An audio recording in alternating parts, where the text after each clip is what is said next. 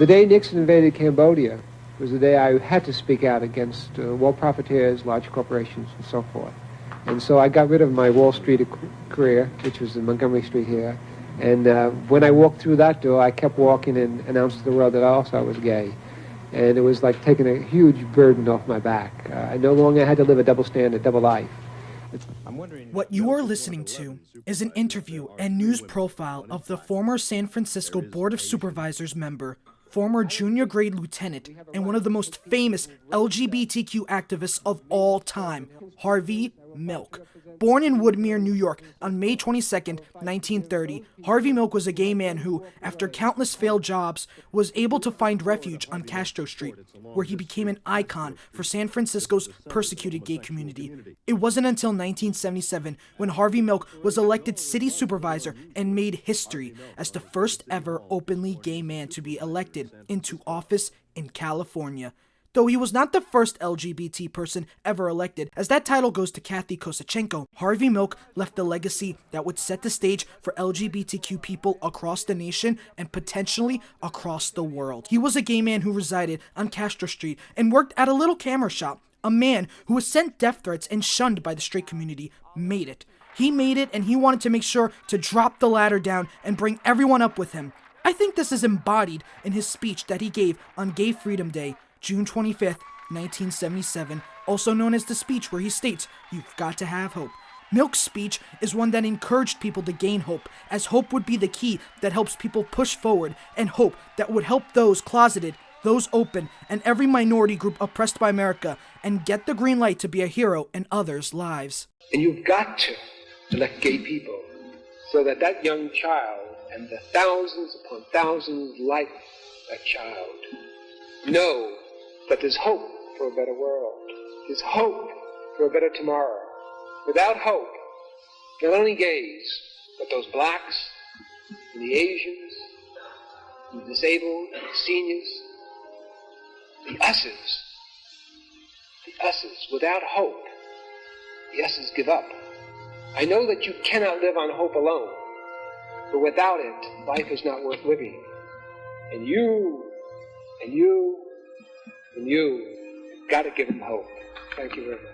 Milk's goal was to not only make gay men visible as prominent leaders in the United States, but to make sure that any oppressed minorities such as women, Black Americans, and disabled Americans can be able to get hope so they can be prominent leaders in our community. Harvey Milk was finally elected to the San Francisco Board of Supervisors, but his term ended prematurely on November 27th, 1978. While Harvey Milk was unfortunately assassinated only after a few months in office, his impact was one that led to millions being liberated. His speech on encouraging people to come out, to be their authentic self, and find a future and break free from the homophobia in their lives led to so many LGBTQ creatives to take their lives in their own hand and liberate themselves from the queer phobia the world has to offer us. Sometimes that looks like following Milk's lead and running for office. Sometimes it's coming out and embracing their queerness and interacting in the community. For others, it's educating people on LGBTQ history and trying to connect with queer history barred from them. But for others, for some, it may be as simple as shipping 2 video game hedgehogs, also known as Sonadow.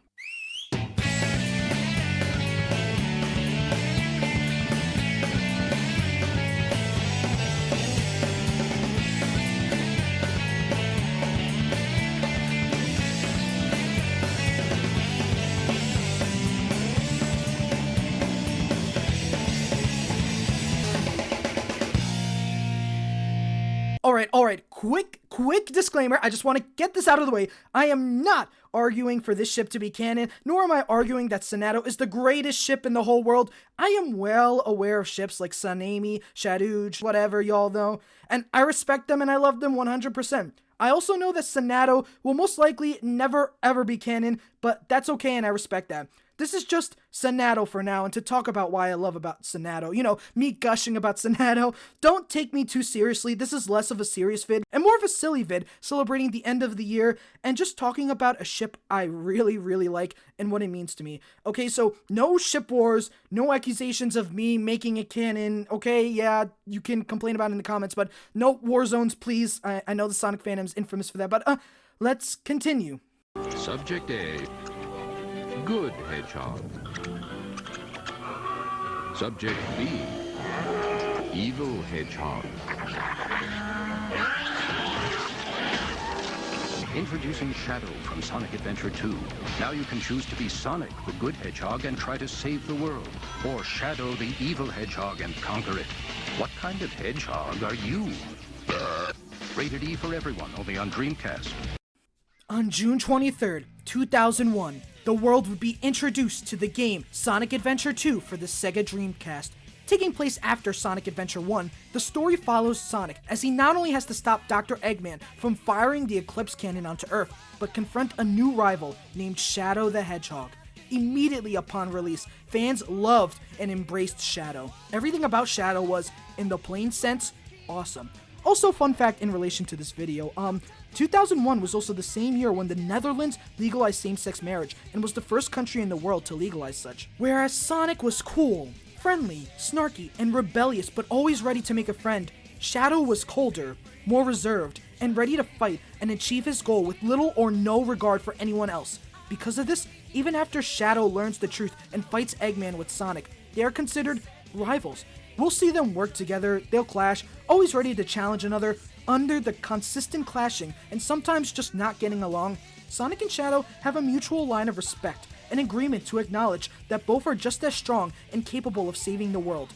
Both know that if one comes out on top, the other is going to come back stronger and ready to triumph over the other. While Shadow is not Sonic's friend on paper like Tails, Knuckles, and Amy, Shadow tolerates Sonic's company and always respects the fact that Sonic is there and has confidence Sonic would do the right thing like Maria would. Sonic knows that he would never agree with the methods Shadow has in stopping Eggman and saving the world, but he always has confidence that Shadow can get the job done and Sonic will be proud of the Hedgehog.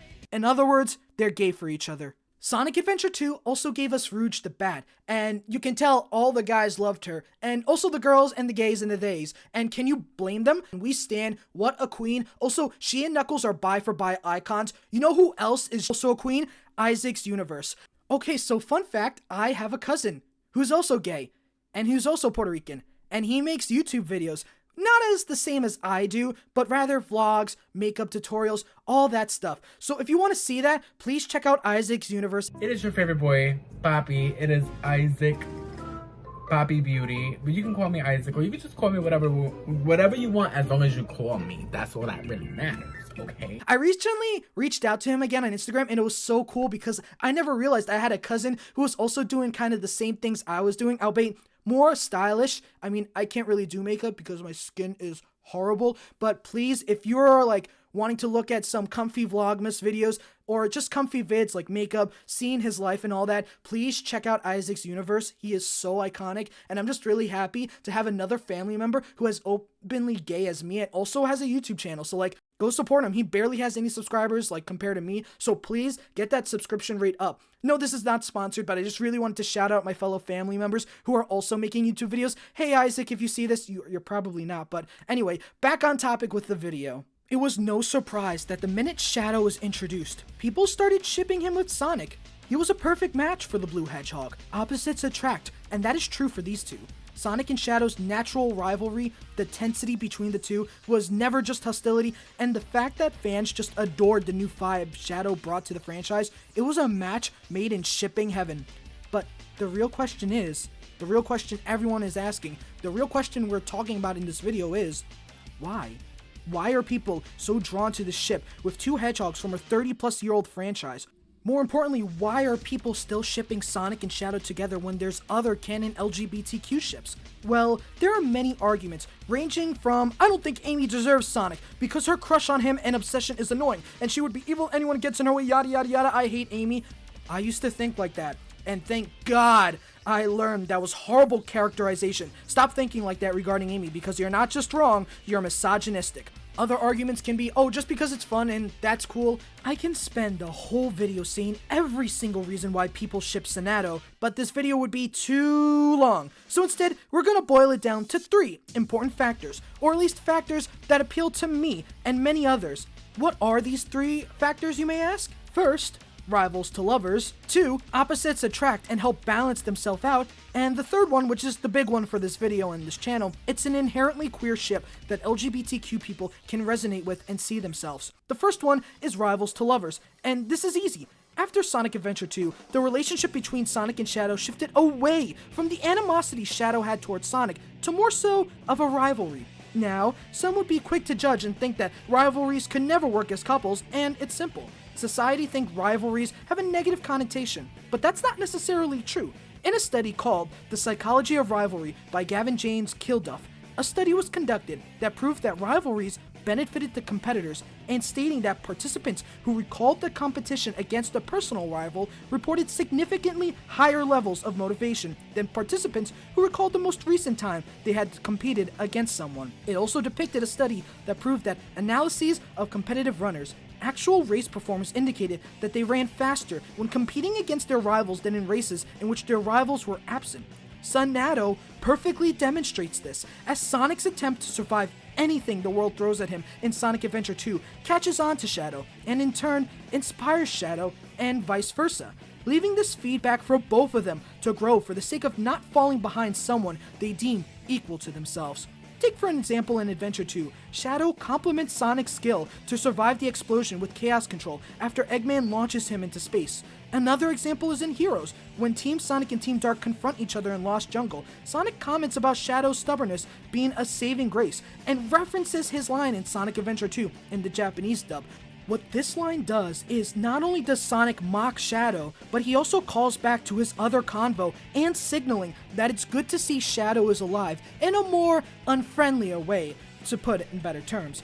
I think a lot of people are against it because people think rivals automatically have a negative connotation and thus it's bad. However, sometimes rivals to lovers can be good. Not to mention to say Sonic and Shadow are abusive to each other is completely irrational and overblowing their dislike towards another. You see, the reason people like rivals to lovers is pretty much the reason people like enemies to lovers, and sometimes the enemy-rival line is blurred, such as in Sonadow's case. The reason rivals to lovers, or in this case enemies to lovers, work is because characters are first built up. They aren't made with the goal of romance, or at least appears to be, so they are able to help create more drastic stories that help characters feel more fleshed out. Thus, once their relationship between each other simmers down, then romance can occur. Thus, these characters are not reduced down to their ship, but rather the ship adds another dynamic to the pre-existing characters to make them more interesting. This works for Sonadow, as people ship them with their background in mind. Knowing their rivalry, it helps bring more into the ship, making it one more interesting than a casual ship between Sonic and, say,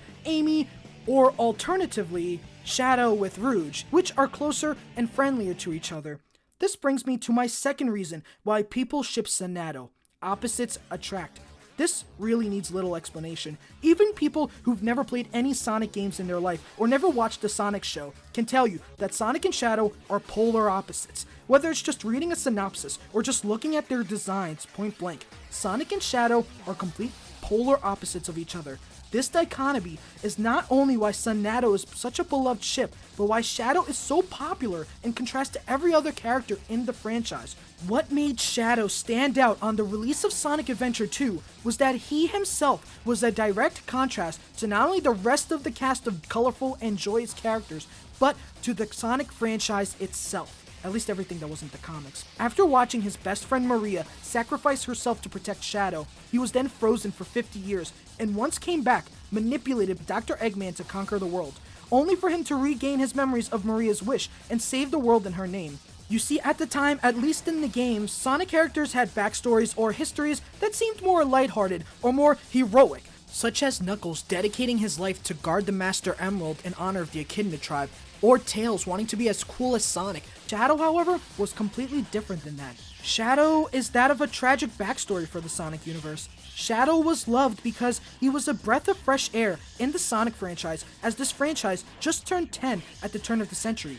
Since then, Shadow has become a staple within the franchise, and it's not rare to see him grouped with the cast of characters in stories, merch, etc. Regardless of your opinion on how Sega, IDW, or Man of Action handle Shadow in the modern day, we can all agree that Shadow is completely opposite to Sonic in every way, and he does it looking so cool. You see, in real life, opposites attract is not so likely.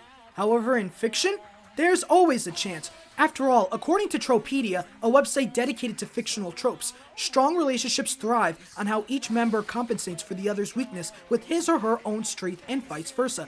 I think it's especially true when it comes to Sonadow, as Sonic and Shadow are foils to each other. Not only do they contrast each other in personality, design, and motives, but also that Sonic makes up for something Shadow lacks, and vice versa. Or, for better wording, Sonic and Shadow has something the other wants, which can easily blossom into a romance. For Shadow, what he wants in Sonic Heroes and Shadow the Hedgehog is to get over his traumatic past. He wants to know the truth about everything, despite the many times he's been lied to and manipulated. He wants to accept Maria's passing and no longer mourn, but at the same time know that he has to move forward in order to honor her and live up for what she wanted to do, which is to fulfill Shadow's purpose to save mankind and make people happy the same way Shadow made Maria happy. This puts him directly at odds with Sonic. Sonic is never worn down by his past. Sonic's character is all about moving forward and keep going forward with a smile on his face and making sure to be the light that many people don't have and living free as you can be. Sonic is the ability to move on and overcome obstacles that Shadow does not have. Sonic is the person that defined himself and knows who he is from the get-go, where Shadow has struggled to define himself and make a name for what he wants. Of course, this is Sonadow, not Shadow wanting Sonic, so what does Shadow have that Sonic doesn't have? What we've learned from Sonic so far is that he's an ideal hero who's at times dumb, but always knows the right thing to do. However, Sonic also doesn't take things seriously, and Sonic's cockiness also gets the better of him. This is especially true in Sonic Prime, as we see Sonic's cockiness and inability to slow down and appreciate life in the moment gets the best of him and becomes a major part in his development throughout the show. Sonic wants the seriousness of Shadow because Shadow makes it look cool, but gets the job done. While Shadow's methods and little regard to others icks Sonic, Sonic still wants that coolness and awesome abilities Shadow has, as he can save the world and look more serious and cool with it. There's feedback with them, and it works. The opposites attract trope allows them to be their own characters with their own goals and beliefs that differentiates them even as lovers, but at the same time, it allows them to benefit each other, fix any flaws they have that they couldn't do themselves, but they can do together as boyfriends. If you want a prime example of the opposites attract trope in motion in Sonic, we have to go back all the way to Sonic Adventure 2 and look at Sonic and Shadow's themes side by side. It doesn't matter, and throw it all away.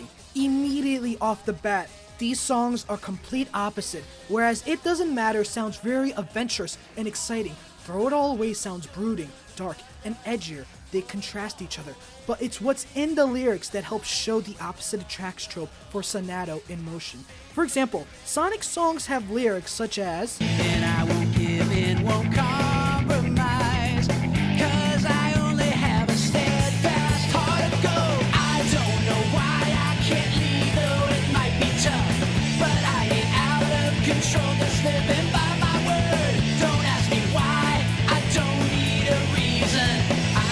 My way, my own way." Meanwhile, Shadow's song has lyrics such as, "Throw it all away, no one can break you, nobody can tear you, you live an endless life forever.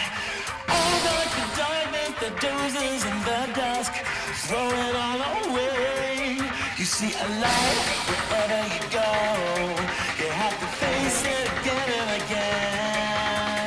These lyrics show that Shadow wants to be free and escape the darkness that is his past, but cannot fully break free. Sonic's song reflects how he lives freely and not afraid to confront obstacles, whereas Shadow dreads facing the light and knowing he has to change his ways eventually. And for Sonic, it's about finding a goal and being stronger to protect everyone, something Shadow does at the end of Sonic Adventure 2, and he does throughout the franchise. I personally think the big reasons that capture why people ship Sonadow and why the trope opposites attract is used in mind with this ship can be found in the July 2021 Sonic Channel calendar story. To sum up the story, Shadow is in Mission Street to stop a bank that turns out to be a hidden weapons research facility that makes a bomb. However, Sonic follows him and helps him in stopping the bomb, much to Shadow being annoyed. However, the reason Sonic is there is to not only help Shadow and annoy him, but rather to see the Space Colony Arc, as once a year, the Arc is visible directly above the full moon. Sonic visited Shadow there to see it together. It's important to note that the month it was released was the month of Tanabata in Japan. A festival that celebrates two lovers after being separated for so long, finally being able to reunite. However, what really sticks out as a sore thumb in this, in talking about Sonadow, is the bottom part of the story, which is titled, A Rare Relationship That Can Enter One's Heart. What's notable about this is the use of the term futokoro in the heading of the story. Directly translated, futokoro means pocket in kimonos close to the heart, but figuratively, futokoro can mean the pocket near the heart where people's true emotions and feelings go into. How this relates to Sonadow in the story is that Sonic and Shadow's relationship is a very close and caring one that they keep in the heart. This is especially true for Shadow, as Shadow is unlike Sonic in the sense he's not always open and keeps his feelings inside. However, from this story, it's known that not only Shadow deeply cares about Sonic, but Sonic is the only person that can go into his heart. If there is one thing that can be said about them, it's that they're the rare ones who can get up close and personal with each other. Because of the high performance of both Sonic and Shadow, both physically and in their thinking, not many can keep up with them. Fewer still are the ones who, despite their rejection, are able to persist, to offer opinions, to meddle, or to stand in their way and try to stop them. In fact, perhaps Sonic is the only person who can get so up close and personal with Shadow and say something to him that reaches his heart, though it often doesn't. In a sense, his presence is troublesome, but it is also one of the most important ones. However, while Sonic is receptive to hearing things that strike a little close to home, from Shadow's point of view, Sonic must be a real pain. From now on, Sonic and Shadow will continue to be active as their hearts desire, bumping into each other every time they meet, passing each other, and sometimes even dividing into friend and foe. What we can get from this is, in a sense, Sonic and Shadow are polar opposites of each other. They are also rivals, and at times, foe. However, Shadow and Sonic care for each other. They have a strong layer of respect and admiration for each other, hidden beneath Sonic's laid-back and carefree nature and Shadow's isolated and cold-hearted nature. I love this story so much, as it really captures the true dynamic between Sonic and Shadow. Sonic's snarky and happy-go-lucky nature and Shadow's cold-hearted and more determined nature is meant to clash. However, Sonic isn't supposed to look like a full doofus, nor Shadow looks like an edgelord. This story captures the opposites attract trope perfectly when it comes to Sonadow, as it shows their opposite nature attracts each other to be closer than any member of the Sonic cast, and their rivalry pushes them slowly to be more comforting to each other, allowing them to open their futokoro, or specifically, open their heart. And now, for the final reason people ship Sonadow, and more specifically the most unconventional reason out there, it's an inherently queer ship that LGBTQ people can resonate with and see themselves. This is the part of the video where I feel a lot of people who don't know my channel content will stop the video, comment they aren't gay or at worst homophobic stuff, please don't, and call it a day, yada yada yada, but please bear with me. Shipping as a subculture in fandom space is weird, but can be fun.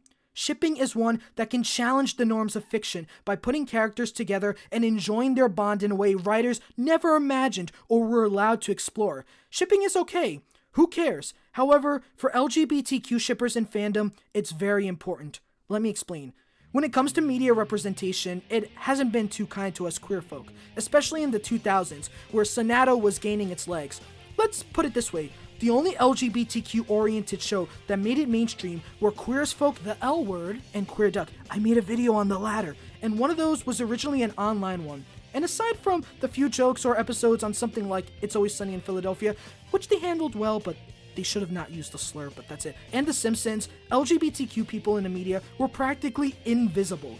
This lack of representation, this lack of visibility, is why queer people started shipping same-sex characters together. They want to be seen. They want to relate to a romance that straight people get to have. The desire to be able to look at a couple and go, they're perfect and gay. I love it. And for some, the couple you made that you can look at and go, that's gonna be me. That's gonna be the type of relationship I'll have one day. That's the future I envision for myself, even if laws will stop me from loving who I truly want to love. This has gone true for almost every fandom, especially even before the internet took off in the 2000s and prior fandoms. For Star Trek fans, it was Kirk and Spock, or Spirk. For Evangelion, it was Shinji and Kaoru. For Harry Potter, it was Draco and Harry, although we queer people do not want to be associated with that franchise anymore. We do not claim any anymore. For Naruto, Naruto and Sasuke. For My Hero fans in the 2010s and 2020s, it's Bakudeku Totodeko. Speaking of, I want to shout out My Hero shippers. Never stop what you're doing because, oh my god, you guys are the most unhinged. This is funny. Like, yeah, it's cringy, but my god, this is funny. And finally, for Sonic fans, Sonic and Shadow, Sonadow. And considering my last 2 points I mentioned, it's obvious why queer fans latched onto these two hedgehogs to ship. A big factor that gets people up in arms about shipping is that there's this inept fear that characters being gay automatically changes their character. It automatically destroys everything Sonic and Shadow stand for. First off, that's just homophobic, come on. And second, we actually have a detailed description of how Sonadow would work that isn't fanfiction. And that would be one of the factors in what inspired me to write this video, the Bumblecast episode. Made as a Pride Month special, the Bumblecast features Ian Flynn answering questions about Sonadow, more specifically how it would be quote-unquote canon. Throughout the Bumblecast, Ian always makes sure to discuss stories and matches it with Sonic and Shadow's character arcs. He also gives us ways how they deal with life as a couple, such as birthdays, taking names, and also dying wishes too. The dying wish part really captures why people ship Sonadow and why it's so beloved. It shows that both characters know their flaws, knows their strives, and their wish with Sonic's wish being... Sonic's would be what he wishes for everyone is to be true to yourself and to live free. Perhaps that be true to yourself ringing a little more resoundly in Shadow's case. Don't close yourself off again. Be free to open up to someone else again down the road. And just be honest with yourself and be free to make that choice. And Shadow's being... As for Shadow, he would want Sonic to endure. To just continue to carry on, to not be defeated by anything, to find a way to escape death and just continue being. Because, who else can replace him? Nobody. He would want that to endure forever. It's immense. There's so much love and power in this ship. There's so much these characters can benefit from being together. It shows Sonadow can work, and that it matters. After hearing all this, it's no wonder that people indeed ship Sonadow, especially when it comes to queer elements. Sonic and Shadow being together as a same-sex couple is something that inherently is good to LGBTQ Sonic fans. The Bumblecast episode was good because it shows that Sonadow can work and not change or hurt the characters already established. It shows that LGBTQ people can be heroes like Sonic and Shadow, which is why we ship them. Some ship because they see value in their love together and the importance of them being together as a couple, just like Yuriko from I Want to Be a Wall, which I cover in my video about asexual manga. Go check it out and learn about her story. Some queer women ship them because they're tired of the gender roles in a traditional relationship and want to see men now in an ideal relationship they want to be in, just like Yaoi and sometimes Yuri. Check out my videos on those too. Or for some, especially gay men, like a certain someone, it's because in this world, gay relationships are either invisible, given 1 second on screen, or bad stereotypes. And for someone who can cling to heterosexual relationships, they made their own homosexual relationships. Something they can latch onto. Something they can go, that's gonna be me. That's what I want my better future to look like. That's one I want to bring people along and find meaning and care in, just like Sonadow. I think I've covered enough ground on why Sonadow is so popular and why people ship it. However, Sonadow is vastly different from almost any Sonic ship in the whole franchise, and dare I say it, almost any other fandom ship. The reason?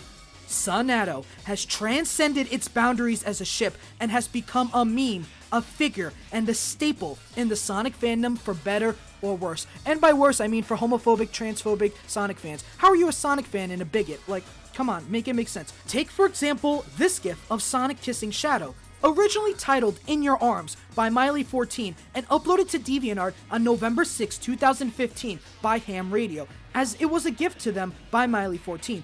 You don't even need to be a Sonadow shipper to know this GIF, as it's practically been everywhere on your Discord messages, on your Twitter GIFs. It is everywhere. That GIF was so widespread, so popular, and so ingrained into meme culture that this image painted by Twitter user Izzybell was stuck into a Jason Griffith selfie at Sonic Expo 2023 with the guy who bought the painting himself, saying that Griffith actually signed the painting. To see that is just amazing, and seeing Sonadow as visible as this, it's so awesome. And I want to give a shout out to Miley14 and Ham Radio, because while this GIF is so widespread, they aren't getting enough credit. So if you can, please subscribe to their DeviantArt and give them some love and support for making one of the most iconic GIFs ever. Another big Sonadow image. Recognize this one? By Ka1512-2 on DeviantArt? Joe Rogan Podcast. No, not the actual podcast. You know, the shirt? It originally was created by Ka, and then people started putting it in juxtaposition with Joe Rogan Podcast, which, to my knowledge, is just horse medicine. Sonadow is spreading outside of the Sonic fandom sphere and making it big. Bigger than any other ship that isn't the usual Sanemi or Sylvaise street ship. If anything, the only thing Sonadow needs right now is a Simpsons cameo to be fully the best of Sonic ships. And also, just like Miley14, please give love to Ka1512-2 on DeviantArt, as they definitely need the love and respect for making such an iconic image. Heck, even before the Bumblecast, they mentioned it in Sonic Takeover twice. Totally embarrassed. Oh, I just got a message here from Infinite. It's a file called Sonadow. No, don't open that! Cassidy1205, that's a lot of numbers now, asks, Shadow, what do you think about Sonadow? One word, Cassidy. No. Okay, well, my video's over. Anyone go home? Even as a fandom thing, and the fact that it's not canon cannot stop this juggernaut of a ship. Let's look at how big it has gotten in its own home fandom. Sonadow is one of the most popular ship in most fandom spaces regarding Sonic. Pretty much, if you were to go on fanfiction or fan art sites and look up Sonic ships, Sonadow would be the ones leading the rank, with Sonadow being the most popular romance tag in AO3 at 4,134 stories, in contrast to Sanemi at 1,309 stories, which is amazingly impressive for the relationship as of this recording. The Sonadow hashtag on Tumblr has 15,000 followers as of November 2023. Sonadow has also been in the fandom since the early days of the internet. The oldest fanfic I can find online under the name Sonadow is on fanfiction.net from September 6, 2002, titled Together Forever, and it's a sweet fanfic about Sonic and Shadow, well, accepting their feelings for each other. However, the oldest fanfic that talks about Sonic and Shadow in a romance setting is simply called Thoughts by Dark Para, published in July 3rd, 2001, only 2 weeks after Sonic Adventure 2 was released in America, and it's this poem talking about Shadow's feelings for Sonic. Even the writer hints at it being romantic or yaoi, which yaoi is awesome. Sonadow has had a dedicated fan site with archives as old as 2004 on the Wayback Machine. Whether it's under Sonic X Shadow, Shadsoni, Shadonic, not Shaddick because that's a fan fusion, or simply typing Sonic X Shadow, Sonadow has been a cultural staple, and that goes for around the world too. In fact, let's check Google Trends, and since its archiving, Sonadow has been exceptionally popular worldwide, especially in Latin America, especially in Bolivia and Peru. After all, there's another way to refer to it too, Sonic and Shadow, and it's most popular to refer to it as Sonic X Shadow in... oh. No way.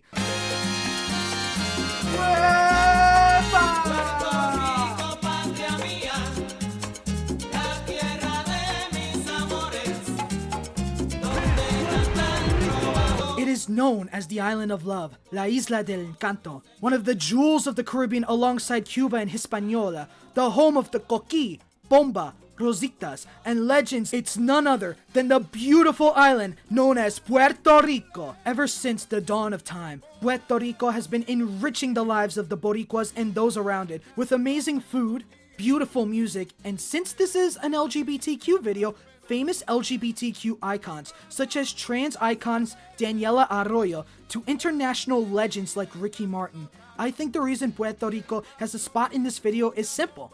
I'm Puerto Rican myself. I really wanted to, ever since I started covering LGBTQ manga, to get an excuse to talk about my Puerto Rican heritage, and I decided that my Sonadow video would be the perfect excuse for it. Why is that? Also, wouldn't Sonic X Shadow reference Shadow and Sonic X the anime? Yeah, trust me, it'll make sense. Just watch. To understand what I'm getting at, there needs to be a little history lesson, and learn about an important person too. In 1898, during the Spanish-American War, the United States invaded and seized 4 island nations, the Philippines, Cuba, Guam, and Puerto Rico. As of now, after uprisings and independence movements from Cuba and the Philippines, it now leaves the US with Guam and Puerto Rico. I can't speak on behalf of Guam since I'm not from Guam, but I will talk about Puerto Rico and the struggle for independence. And no man has done more for the independence movement like Harvard Law School graduate and valedictorian, a man who worked with Irish nationalists and was part of the drafting of the Irish Constitution, Ponce native where my grandma was born, and president of the Puerto Rican Nationalist Party, El Maestro himself, Don Pedro Albizu Campos. Born June 29th, 1893, Pedro Albizu Campos was one of the most important leaders for Puerto Rican independence during the 20th century, planning revolts, uprisings, protests, and speaking out against the barbaric and cruel treatment of the Puerto Ricans at the hand of U.S. imperialism. From Jayuya uprisings to calling out Cornelius Rhodes' horrible treatment of Puerto Rican patients by injecting cancer cells into them, Campos was someone who stood up for Puerto Ricans in a world that has abandoned them. Campos has been to jail, victim of radiation testing, and experienced stalking and cruelty thanks to the police of the United States, always watching him. However, Campos, with everything he faced, never gave up. He always knew that the Nationalist Party needed someone as strong-hearted and smart as him. He knew that Puerto Rican people needed a voice that was robbed from them by U.S. imperialism, and he knew that he had to sacrifice everything for the homeland he calls La Patria, the motherland, Puerto Rico. Campos' speech about the independence for Puerto Rico on April 8, 1950, really captures this, as he states, El privilegio de sentirse fastidiada de la esclavitud, el privilegio de desafiar la esclavitud, el privilegio de desafiar la tiranía. ¿Cómo renunciar a nuestra grandeza? ¿Por qué sepultarnos en un mundo de inmundicias, en un mundo de codicias materiales, en un mundo de sobornos, en un mundo de esclavos? ¿Por qué no se levanta ese pueblo a la grandeza que le llamó el padre la patria? ¿Dónde estamos? This speech is Campos calling for Puerto Ricans to rise up, to get inspired, and fight back against the unjust laws of the United States enforced onto Puerto Ricans at the time. In other words, Campos gave hope to Boricuas in the world, just like how Harvey Milk gave hope to LGBTQ people. Hope. Hope.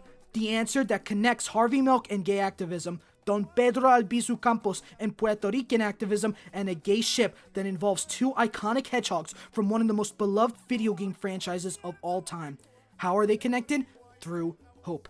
Let's go back to the characters. Sonic and Shadow represent hope in their own ways that completely don't line up but complement each other. Sonic's story of hope is that hope can give you a better future, to not worry too much and enjoy the life you want to live. Who cares what lies ahead, but you can't give up. You gotta keep moving on and hope for a better future, and hope that you yourself and your friends can make it that better future. Sonic's beliefs and version of hope mirrors that of Harvey Milk, as Harvey Milk was always someone who had optimism, never cared about his past that scarred him, such as his discharge from the Marines and poverty. Harvey Milk still pushed on because he knew that gay people in San Francisco needed a hero. LGBTQ people across the world needed a hero. Harvey Milk's speech about hope is something that can fall in line with Sonic's character, more specifically like how Sonic gives hope and humanity for many in his world. Harvey Milk was someone that wanted to fight for what's right and give hope to everyone. The only thing they have to look forward to is hope. And you have to give them hope. Hope for a better world. Hope for a better tomorrow. Hope for a better place to come to if the pressures at home are too great. Shadow's version of hope is different. Instead, Shadow has hope in himself. Hope that he can make a better world through his own means, regardless of what others say. The past is in the past, but that does not mean he should sulk or be angry at the world. Instead, keep fighting for what matters. Never look back, and have hope that what you're doing is something that Maria would be proud of. Shadow's own reserved and stronger version of hope correlates to that of Don Pedro Albizu Campos' version of hope. Campos instead hopes that the people of Puerto Rico can understand that no matter what, their strength is power. He hoped that people can look inside each other and look into our hearts to know that we have it in ourselves to fight and disregard the past and keep moving forward. Their strength is something that can demolish the imperialist system that brutalizes Puerto Rico, rise up against what stands in Puerto Rico's way, and fight back regardless of what the Yankees think. The hydrogen bomb. And all the bombs that men can fabricate don't have the potency that has in the physical and mental field. The will of a heart of gold. The heroism of a single woman and the heroism of a single man can shake from its foundation the most powerful empire. They can demolish it, humiliate it, and crush it. I think this is the reason I love Sonadow so much, because Sonadow is the hope I desire. It's the hope to fight a system that pushes down on your people and give hope to those that feel defeated. It's the hope to stop sulking about the past and use your strength to push past these hard times, to be able to forge your own path by whatever means necessary. All the while, I'm partnered with someone I care about. I am with someone I love, someone who will always have my back, someone who will always be by my side until my final breath. We may not be one-to-one and see eye to eye all the time, but no matter what, we know in our hearts how much we mean to each other. We know that we love each other with all of our hearts, and that we might have contrasting views on how to solve a problem. We will get the job done and bring hope to people that need it. It's awesome. It's perfect. It's amazing. It's liberating. It's liberation. A second major thing that comes from hope in this video is liberation, and that's what Harvey Milk, Don Campos, and Sonadow have in common. Liberation. When Milk was assassinated, a tape recording was found with him calling for the bullet that entered his brain to be the bullet that breaks every closet open.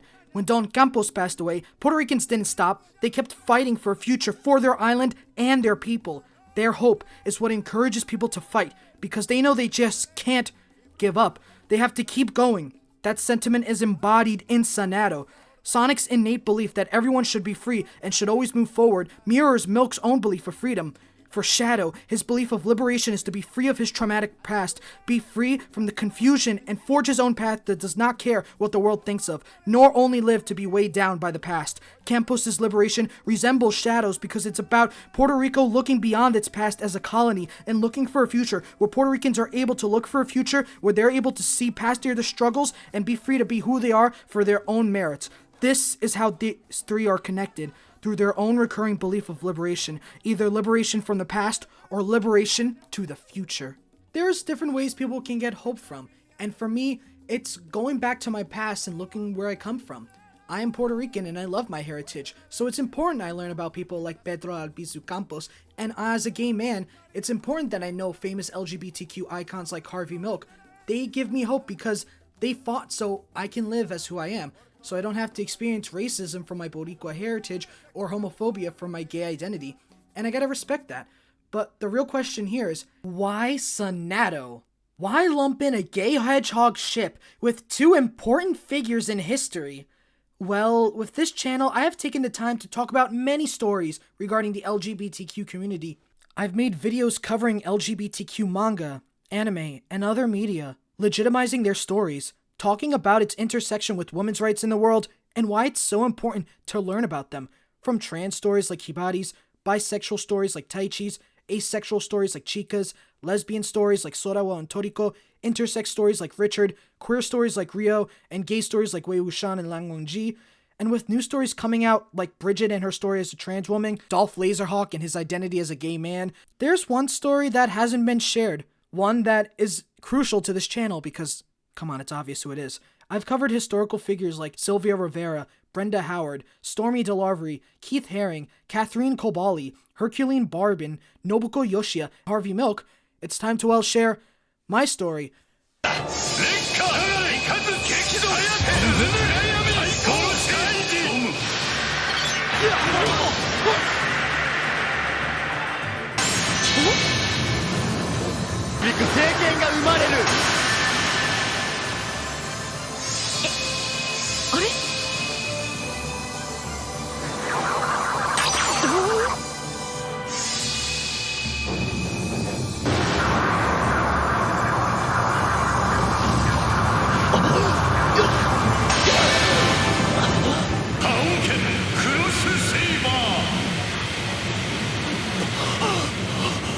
So this video was a coming out story all along? Yeah, pretty much. And also just talking about me being Puerto Rican. It's 2014, I was reflecting on my sexuality because I was at the age of puberty. But the more I thought about my past crushes, or even that one time I kissed a girl in 6th grade, I realized nothing clicked. Nor did I have woman crushes at all. Nothing woman was attracting to me.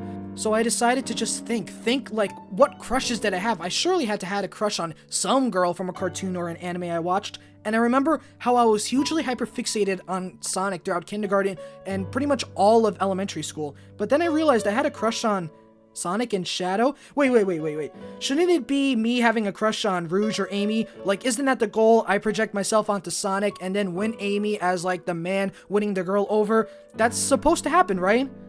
And that was the first time I contemplated that I might be gay. While I was never homophobic, I surely didn't think that I would be a gay person myself. I just assumed that it would be other people I learned about in life. And I still remember it was a fateful day when I decided to look up Sonic and Shadow kiss. And then something clicked in my head. Oh god, I'm gay. What? It was then I obsessed with the ship Sonadow. I loved seeing fan art, reading cute fanfics of them getting married or going out to the beach, and AMVs of just fan art with flashing lights. You know, the ones that cause epileptic seizures. My favorite one has to be this Counting Stars one, which I have saved because it was the one that, when I watched for the first time in April, that's when I fully asserted to myself, yeah, I want that.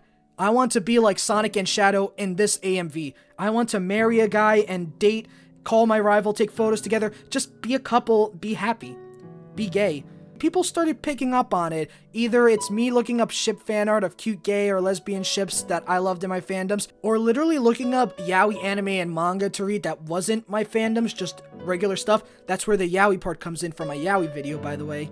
And now here's a totally accurate representation of every Sonadow fanfic. Here you go. Hey, Shadow, I have feelings for you and I want to be your boyfriend. Sonic, I love you more. Let's get married and live a happy life. And they lived happily ever after. I want coffee beans at the wedding. However, I remember on June, I fully came out to my friends and I was like, I'm happy about this. I feel confident in myself. And for my parents, I literally had a Sonadow-themed birthday party with an image of Sonic and Shadow on the cake. And they were romantic, not like anything subtle. It was literally this image. It worked. And my parents accepted me. That was the best way I came out. I don't know, top 10 greatest coming out stories, you put it. But anyway, back on topic. Since then, my life changed because as of now, a new chapter as being a gay man opened up at that time. I originally thought to be gay, I had to follow the stereotypes and or fit into the clique of what makes a man gay. But Sonadow taught me that I don't have to. Just have confidence and be myself, even when the world has told me not to. Even as characters that aren't shipped together in canon because they're not canon, it's okay. Sonic and Shadow are just my favorite fictional characters ever, so the Sonic franchise as well as them have been in my heart forever, and this just implemented itself into my life way more than it did originally. I didn't learn about Harvey Milk, nor did I learn about Pedro Albizu Campos, but I did learn about Sonic kissing Shadow and getting married on DeviantArt, and man, what a great way to come out. Fast forward to 2023, I just finished my last semester of college ever. I'm juggling internship opportunities for the future. I've been through several years of hookups, relationships, and just living life as an out gay Puerto Rican. And through that time, I was able to learn about my heritage and my sexuality after just having it on the back burner for so long and just letting it be there. But it didn't all connect until last year when Sonic Frontiers came out. The second Sonic movie came out, I picked up the IDW comics and some of Archie, and then Prime came out. Through this, I rediscovered my love for Sonic as a franchise and how important it was for me, and still is now. But by proxy, I also rediscovered the wonderful world of Sonadow. And then, I picked up and realized that Sonadow was a key part in my development of who I am, and what my identity means to me. It taught me to do one thing: live and learn. In a world where racism, homophobia, misogyny, transphobia, and every other form of discrimination is present, you're bound to find someone with a different background, someone with a different view in life, and most importantly, someone with a different view of queerness and their identity. But instead of trying to challenge people, instead of trying to justify discrimination against them, learn about them. Learn about what makes them, them, the same way what makes you, you. Throughout this journey as a YouTuber, specifically talking about LGBTQ manga, I have learned so much about my other queer siblings. Something that I, as a gay man, would not be able to learn alone. The biggest takeaway that I got from making all these videos in the past year and a half was the ideal path of being gay is not the one that's presented as just a regular gay man, but rather a plethora of many queer identities that are from all backgrounds, all forms of life, all beliefs, and it's beautiful. And because I've shared so much, I decided I want to share that. I also want to share my heritage too, because I'm not just any LGBTQ YouTuber, I'm a Puerto Rican LGBTQ YouTuber, I love my Puerto Rican heritage. I love my gay identity. I'm grateful and proud of those like Milk and Don Campos that came before me and fought for what's right. And I don't think I could have realized that without shipping 2 hedgehogs from one of my favorite video game franchises ever. As silly, as weird, as cringy as it sounds, that's the story on how I realized I was gay and proud. How I learned to appreciate my life as who I am more, even as a Puerto Rican. Through my lived experience, I learned. The key thing I want people to take away from this video, even if you don't ship Sonadow or just a casual viewer of my channel, is that instead of trying to antagonize each other and loathe in our flaws and backstory, patch up the holes in our lives, fix it, keep going, and try to learn and understand what other people's views of life are. Our lives are unique to us, so try to live it in the moment and enjoy whatever you can, whatever makes a part of you, and keep going forward and don't look back. It doesn't matter what has happened, but you need to focus on keep going forward and don't look back. And for the trauma, the past, or something that just makes you ick, throw it all away. Because if you do, facing the light will be easier instead of running away from it. For me, I want to make sure I continue that legacy. I want to teach everyone that I know watching all the greatness about what makes me me.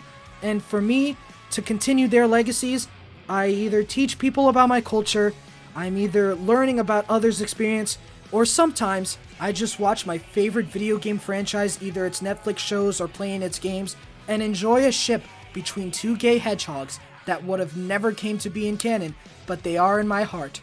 Sonadow. Maria, a long time ago I made a promise to you. A promise to fight for humanity and give them a chance to be happy. Today, I stand here fulfilling a part of that wish. We have made the LGBT community happy. I made my husband Sonic happy. Same-sex marriage is now legal across the whole US.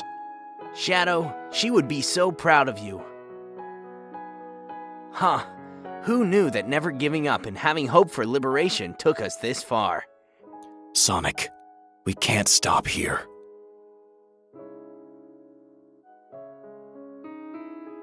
As long as you keep running, I'll keep going.